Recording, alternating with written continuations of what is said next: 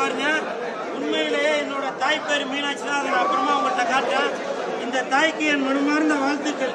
ஏன்னா இந்த மாதிரி புது புது இயக்குநர்களை உருவாக்குறதுக்கு இந்த மாதிரி ஒரு தயாரிப்பாளர்கள் கண்டிப்பாக முன்ன வர வேணும். அப்படி ஒரு ட்ரெண்டிங்கான படத்தை கொடுத்திருக்க இந்த தாய் குலத்திற்கு என் மனமார்ந்த நன்றி.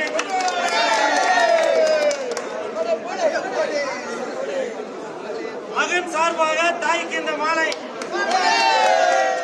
என் நண்பன் சந்தானம் அவர்கள் நடித்த இங்கே நான் தான் கிங்கு அந்த படத்தில் கதாநாயகியாக நடித்த பிரியா லயா அவங்க தான் இந்த ட்ரெண்டிங் படத்துல கதாநாயகியாக நடிச்சிருக்காங்க. அவர்களுக்கு என் மனமார்ந்த வாழ்த்துக்கள். ஆக்சுவலா நான் மாலை போட்டாக்க ஏதோ பிரச்சனை ஆகி போறோம் அப்படின்னு சொல்லுவாங்க. அதனால மாலை போடவா?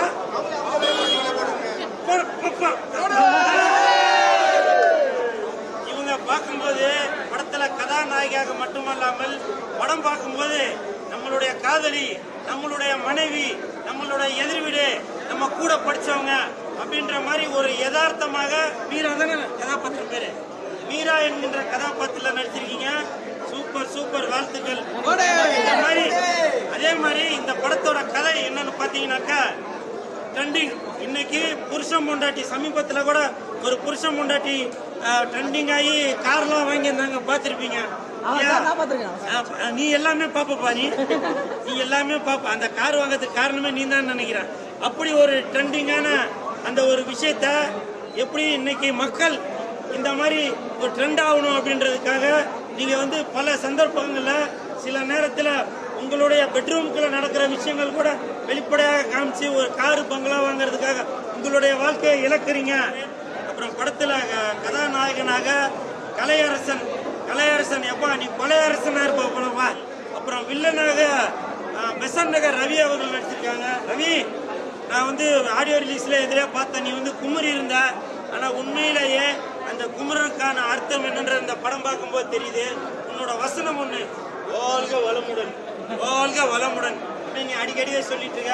அது படம் பார்க்கும்போது நல்லா மிரட்டலாக இருக்கு. அப்புறம் படத்தோட இசையமைப்பாளர் சாம் சிஎஸ் அவரோட பிஜிஎம்லாம் நல்லா சூப்பரா ஒர்க் அவுட் ஆயிருக்கு. அவருக்கும் என் மனமார்ந்த வாழ்த்துக்கள். வெந்து தணிந்தது காடு, கண்டிப்பாக நிறைய பேர் உருப்படாம போயிட்டு இருக்கீங்கல்ல, அவங்க எல்லாரும் இந்த ட்ரெண்டிங் படத்தை பாருங்க. ஏன்னா ட்ரெண்ட் ஆகணும். சுரேஷை நீங்க மறைமுகமாக சாடுவீங்க, அது எனக்கு தெரியும்.